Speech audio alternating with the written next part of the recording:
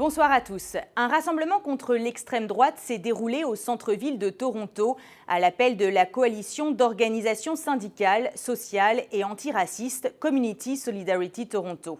Une centaine de personnes se sont rassemblées devant l'hôtel de ville pour manifester contre l'extrême droite. Le rassemblement visait aussi à soutenir les résidents d'Ottawa en envoyant un message « Aucun extrémisme ne sera accepté dans la ville reine ». La coalition s'est formée à la suite des diverses manifestations anti-mesures sanitaires qui se sont déroulées au pays. Je crains des débordements. Je crains des organisations extrême droite qui s'enfilent dans ces manifestations-là, on les veut pas ici, qu'on peut protester en paix. On a le droit de faire ça au Canada et en Ontario, et j'aimerais continuer seulement en paix. Après 3 semaines de coups de klaxon et de manifestations, le calme revient dans les rues d'Ottawa. Les protestataires ont été chassés hier de la rue Wellington. Des dizaines de camions ont été remorqués et au moins 191 personnes arrêtées. 103 d'entre elles sont accusées de méfaits et d'obstruction au travail des policiers et 89 ont été relâchées sous condition. L'unité d'enquête spéciale enquête sur 2 incidents, dont un survenu vendredi et impliquant une femme blessée gravement lorsque des policiers à cheval ont tenté de contrôler la foule. Le peintre Amer Sal-Mohamed de London, en Ontario, a dévoilé un tableau en hommage aux victimes de l'attaque islamophobe survenue en juin 2021. Cette peinture est inspirée par une murale que l'une des victimes, Yumna Afzaal, avait peinte à l'école islamique. L'adolescente et 3 membres de sa famille ont été happés mortellement par une camionnette lors de cette attaque. Seul le petit frère Fayez a survécu. L'œuvre commémorative sera exposée dans un centre commercial local avant d'être installée à la mosquée de London.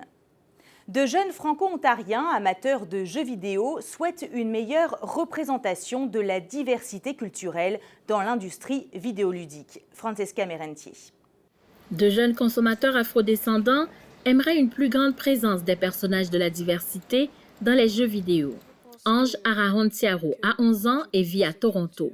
Il joue à des jeux vidéo depuis 5 ans, il est né au Burkina Faso et il souhaite que les créateurs de jeux vidéo dépassent les caractéristiques physiques des personnages en incluant davantage d'éléments culturels. Tu peux ajouter comme les danses, la nourriture, la musique et tout ça. De son côté, Andy Cyril Louis a 12 ans et vit à Wendover, dans les comtés unis de Prescott et Russell.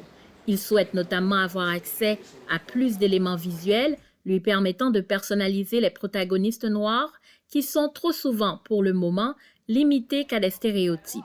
Pour customiser mes personnages, moi je trouve qu'il n'y a pas assez de choix, c'est seulement la couleur de peau. Il y en a un tout petit peu de type de cheveux.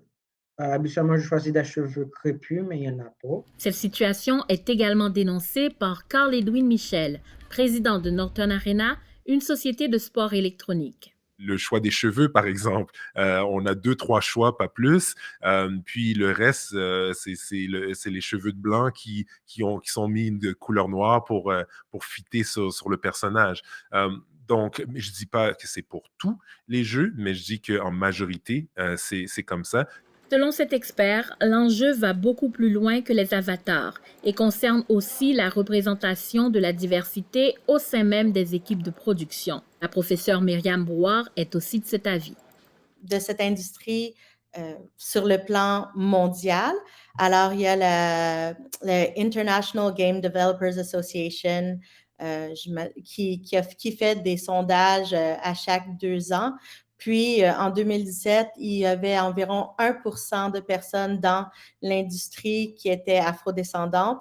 Puis, en 2019, environ 2%. Alors, c'est vraiment une sous-représentation qui est très visible. Par ailleurs, en ce qui concerne la diversité de genre, Mme Brouillard explique qu'il y a environ 3 hommes pour 1 femme parmi les créateurs de jeux vidéo. Une situation qu'elle dit avoir vu progresser ces 5 dernières années. Ici Francesca Merentier, Radio-Canada, Oshawa.